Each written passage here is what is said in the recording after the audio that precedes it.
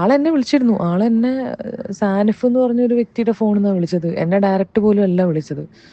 വിളിച്ചിട്ട് സംസാരിച്ചു കുറെ കൺവിൻസ് ചെയ്യാൻ നോക്കി. അപ്പൊ ഞാൻ കൺവിൻസ് ചെയ്യാൻ നോക്കിയത് എന്ന് പറഞ്ഞു കഴിഞ്ഞാലേ വളരെ ഫേക്ക് ആയിട്ടാണ് സംസാരിക്കുന്നത്. എനിക്ക് അങ്ങനെ തോന്നിയത്. ഇന്നലെ നമ്മൾ പേളി മാണിയുടെ മറീന മൈക്കിളിന്റെ വിഷയം എടുത്തു വെച്ച് റിയാക്ട് ചെയ്തിട്ടുണ്ടായിരുന്നു. റിയാക്ട് ചെയ്തതിനു ശേഷം ഒരുപാട് ആൾക്കാർ ഈ ഒരു വിഷയം ഏറ്റെടുത്ത് വെച്ചിട്ട് ചർച്ച ചെയ്തിട്ടുണ്ടായിരുന്നു. പേളി മാണിയുടെ സൈഡ് സപ്പോർട്ട് ചെയ്യുന്ന ഒരുപാട് ആൾക്കാരുണ്ടായിരുന്നു, മെറീനയുടെ സൈഡ് സപ്പോർട്ട് ചെയ്യുന്ന ഒരുപാട് ആൾക്കാരുണ്ടായിരുന്നു. ഓക്കെ, എന്ത് തന്നെ ആയിക്കഴിഞ്ഞാലും പേളിയുടെ സൈഡിൽ നിന്ന് സംഭവിച്ചത് തെറ്റ് തന്നെയാണെന്നാണ് എന്റെ വീഡിയോയ്ക്കകത്ത് ഞാൻ പറഞ്ഞിരുന്നത്. എന്തായാലും പേളിയുടെ ഭാഗത്തെ ഒരു ഡീറ്റെയിൽ എക്സ്പ്ലനേഷൻ ആയിട്ട് പുള്ളിക്കാരത്തി ഇന്ന് ഇൻസ്റ്റാഗ്രാമിൽ ഒരു സ്റ്റോറി ഇട്ടിട്ടുണ്ട്. എന്താണ് പേളി അതിനകത്ത് പറയുന്നതെന്ന് നമുക്ക് വായിച്ചു നോക്കാം. അതിന് മുന്നേ വേറൊരു കാര്യം കൂടി ഞാൻ പറയാം. മെറീനയും ഈ ഒരു വിഷയത്തിൽ പ്രതികരിക്കുന്നുണ്ട്. പേളിയുടെ ഈ ഒരു പോസ്റ്റർ വന്നതിന് ശേഷമാണ് മെറീന പ്രതികരിക്കുന്നത്. അത് നമുക്ക് കേൾക്കാം. എന്തായാലും നമുക്ക് പേളിയുടെ ആ ഒരു പോസ്റ്റർ വായിക്കാം. Yesterday I came across some YouTube channel discussing an issue between an artist and an anchor, using my pictures as thumbnail and assuming my name. To clarify, I reached out to the artist and she confirmed she was referring to me. When I tried to tell her my side of the story, she was not ready to listen or talk over the phone. To share my side of the story here, reflecting on the situation, here is what I have to say. In 2017, I faced a payment-related issue with the channel I was working with, which forced me to discontinue the show I was hosting. Halfway through, I don't want to further discuss that matter here, since it's already been resolved and not related or relevant to the matter I am intending to clarify. After my exit, there were obvious delays in the show's schedule as they worked to replace me. Unfortunately, the blame for these delay and their incompetence to follow the schedule was unfairly placed on me during that time. Recently, some false narratives resurfaced suggesting that I denied a celebrity their visibility and platform to promote their work. I want to clarify that this is not at all true. She was misinformed and misled. Most importantly, anchors do not have the power to decide who appears as guest on a show. The guest list is entirely show's producer's decision.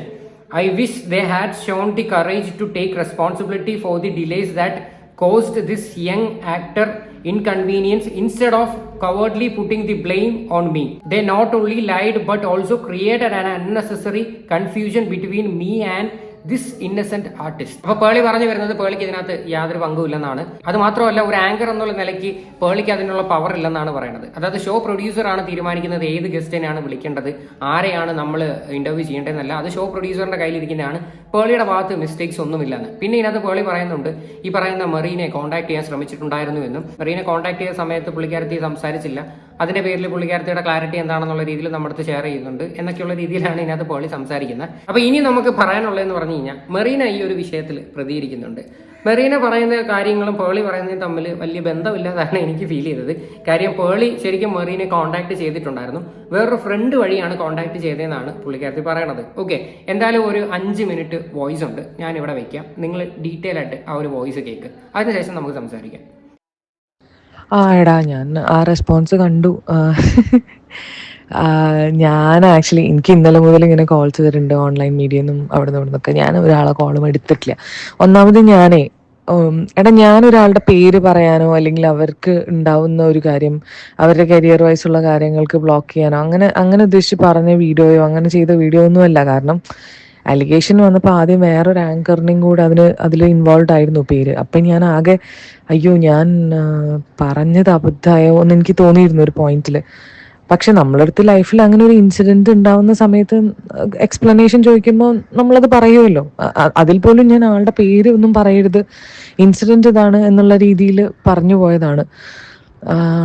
അപ്പം ആളിപ്പം ഇങ്ങനെ ആളെന്നെ വിളിച്ചിരുന്നു. ആളെന്നെ സാനിഫ് എന്ന് പറഞ്ഞൊരു വ്യക്തിയുടെ ഫോണിൽ നിന്നാണ് വിളിച്ചത്. എന്നെ ഡയറക്റ്റ് പോലും അല്ല വിളിച്ചത്. വിളിച്ചിട്ട് സംസാരിച്ചു കുറെ കൺവിൻസ് ചെയ്യാൻ നോക്കി. അപ്പൊ ഞാൻ കൺവിൻസ് ചെയ്യാൻ നോക്കിയത് എന്ന് പറഞ്ഞു കഴിഞ്ഞാലേ വളരെ ഫേക്ക് ആയിട്ടാണ് സംസാരിക്കുന്നത്. എനിക്ക് അങ്ങനെ തോന്നിയത്. വെച്ചാ ആള് ഞാൻ ഇത് ഫ്ലവേഴ്സിൽ കട്ടറുമ്പ് എന്ന് പറഞ്ഞൊരു ഷോ ഉണ്ടായിരുന്നു. ഈ കട്ടുറുമ്പ് എന്ന് പറഞ്ഞ ഷോയിൽ ഫസ്റ്റ് വിളിക്കും, ഫസ്റ്റ് വിളിച്ച് ക്യാൻസൽ ചെയ്യും, രണ്ടാമത് വിളിച്ച് ക്യാൻസൽ ചെയ്യും. രണ്ടാമത്തെ പ്രാവശ്യം ഞാൻ പറഞ്ഞു, ചേട്ടാ ഇത് ഇങ്ങനെ ഇനി നിങ്ങൾ ക്യാൻസൽ ചെയ്താൽ എനിക്കിത് ഭയങ്കര ബുദ്ധിമുട്ടാണെന്ന് പറഞ്ഞിട്ട് മൂന്നാമത് ഞാൻ വരുമ്പോഴേക്കും അതിൻ്റെ ആങ്കർ മാറിയിരുന്നു. അപ്പം എനിക്ക് സത്യം പറഞ്ഞു കഴിഞ്ഞാൽ ആദ്യം ഈ പുള്ളിക്കാരിയാണ് ഹോസ്റ്റ് ചെയ്തതെന്നുള്ളതൊന്നും എനിക്ക് അറിയില്ലായിരുന്നു. അപ്പം ഞാനപ്പോൾ ആ സമയത്ത് വരുന്ന സമയത്ത് ഈ ചാനൽ ചീഫ്, ചാനലിൻ്റെ ഓണർ ശ്രീകണ്ഠൻ നായർ സാറും പുള്ളിക്കാരിയും തമ്മിൽ എന്തോ ഇഷ്യൂസും കാര്യങ്ങളൊക്കെ സംസാരിക്കുമ്പോഴാണ് ഞാനുമായിട്ട് ഇഷ്യൂ ഉണ്ട് എന്നുള്ളത് ഈ ചാനലിലെ പ്രോഗ്രാം പ്രൊഡ്യൂസർ ഒരു വിൽസൺ എന്തോ പറഞ്ഞിട്ടൊരു പുള്ളിക്കാരൻ പറയുന്നത്. അന്ന് സ്വാസികയുണ്ട് അവിടെ. അപ്പോഴാണ് ഞാൻ ഈ കാര്യങ്ങൾ അറിയുന്നത്, ഈ പുള്ളിക്കാരിക്ക് എന്നോട് ഇഷ്യൂ ഉണ്ടെന്നുള്ളത്. അതിനുശേഷം ഞാൻ ആളോട് ചോദിക്കാനോ ബുദ്ധിമുട്ടിപ്പിക്കാനോ അല്ലെങ്കിൽ വേറെ രീതിയിൽ ബിഹേവ് ചെയ്യാനോ ഒന്നും പോയിട്ടൊന്നുമില്ല. പക്ഷെ പുള്ളിക്കാരി പുറത്തുനിന്ന് കാണുമ്പോഴൊക്കെ ഭയങ്കര, എന്താ പറയാ, ഭയങ്കര ഇതായിട്ട് പെരുമാറും, ഡിഫറെൻ്റ് ആയിട്ട് പെരുമാറും. ഒരു കല്യാണമൊക്കെ വിളിച്ചു തന്നെ. സത്യത്തിൽ എന്നെ കല്യാണം അങ്ങനെ വലിയ ഒന്നല്ല വിളിച്ചത്. പക്ഷെ ഞാൻ ചുമ്മാ പോയി. എനിക്ക് അവരോട് കുഴപ്പമൊന്നുമില്ല എന്ന് കാണിക്കാൻ വേണ്ടിയിട്ട് ഞാൻ പോയതാണ്. അല്ലാതെ ഞാൻ അങ്ങനെ വിചാരിച്ചു, ലൈക്ക് അറ്റ്ലീസ്റ്റ് അവർ അങ്ങനെ വിചാരിച്ചോട്ടെ, എനിക്ക് അവരോട് ഒരു പ്രശ്നമില്ല എന്ന്. അതാകുമ്പോൾ കുറച്ച് കഴിയുമ്പോൾ അത് മനസ്സിൽ നിന്ന് പോകുമല്ലോ എന്ന് അങ്ങനെ വിചാരിച്ചിട്ട് അതിനൊക്കെ പോയേ. പക്ഷെ അതൊന്നും വർക്കൗട്ട് ആയിട്ടില്ല. പിന്നെ ഇതെല്ലാം കഴിഞ്ഞു. അപ്പം ഇവരെന്നെ ഫോണിൽ വിളിച്ച സമയത്താണെങ്കിലും ഞാൻ ഇവർ പറഞ്ഞതെല്ലാം കേട്ടിട്ട് ഞാൻ ഇവരടുത്ത് റിപ്പീറ്റഡ്ലി പറഞ്ഞുകൊണ്ടിരുന്നത്, എനിക്ക് നിങ്ങളോട് ഇഷ്യൂസും കാര്യങ്ങളൊന്നും ഇല്ല, പക്ഷെ എനിക്കിങ്ങനെ ഒരു ഇൻസിഡന്റ് ഉണ്ടായി. പിന്നെ എനിക്കത് വിശ്വസിക്കാതിരിക്കേണ്ട കാര്യങ്ങളൊന്നും ഇല്ല. കാരണം ഇവർ തന്നെ വേറൊരു ആർട്ടിസ്റ്റിന്റെ അടുത്ത് പറഞ്ഞിട്ടുണ്ട് ഞാൻ ഇങ്ങനെ ചെയ്തു. കാരണം മുംബൈ ടാക്സി ഏതൊരു പടത്തിൽ അവരായിരുന്നു ആദ്യം കാസ്റ്റ് ചെയ്തത്. അതിനുശേഷം അത് എന്നെ ആക്കിയപ്പോൾ അവർക്കത് ഭയങ്കര മാനസികമായ പ്രശ്നം ഉണ്ടായിരുന്നു. അതൊക്കെ മനസ്സിലാവും. അതൊക്കെ മനുഷ്യ സഹജമാണ്. അതൊക്കെ എല്ലാവർക്കും ഉണ്ടാവും. അത് ആ ഏജിന്റെയും എല്ലാം ആണ്. അതൊക്കെ പോട്ടെ, ഒരു കുഴപ്പമില്ല. പക്ഷെ ഫോൺ ചെയ്ത് കഴിഞ്ഞിട്ട് പിന്നെ ലാസ്റ്റ് സംസാരിച്ചിട്ട് എനിക്ക് വിശ്വാസം വന്നില്ല. കാരണം എന്നോട് ആദ്യം പറഞ്ഞത് സാറുമായിട്ട് പ്രശ്നമൊന്നുമില്ല, ശ്രീകണ്ഠൻ നായർ സാറുമായിട്ട് ഒരു പ്രശ്നമില്ല എന്നാണ് പുള്ളിക്കാരി പറയണത്. അപ്പൊ തന്നെ എനിക്ക് തോന്നി അത് സത്യമല്ല പറഞ്ഞുകൊണ്ടിരിക്കണമെന്ന്. അപ്പൊ ഞാൻ ഓക്കെ കുഴപ്പമില്ല, ഞാൻ പറഞ്ഞു ഇനി ചെയ്തിട്ടുണ്ടെങ്കിൽ എനിക്ക് വിഷയമില്ല എന്ന് പറഞ്ഞു. അങ്ങനെ ആ രീതിയിലാണ് ഞാൻ സംസാരിച്ചത്. എനിക്ക് വിശ്വസിക്കാൻ പറ്റാത്തൊരു കാര്യം വിശ്വസിച്ചു എന്ന് പറയുന്നത് ശരിയല്ലല്ലോ. അപ്പൊ ഞാൻ ആണല്ലേ, ഓക്കെ, പക്ഷെ എന്നാലും എനിക്ക് കുഴപ്പമൊന്നുമില്ല എന്നുള്ള രീതിയിൽ സംസാരിച്ച്. എന്നിട്ട് അവസാനം പുള്ളിക്കാരി എൻ്റെ അടുത്ത് മോശമായിട്ട് സംസാരിച്ചിട്ടാണ് ആ കോൾ വൈൻഡപ്പ് ചെയ്തത്.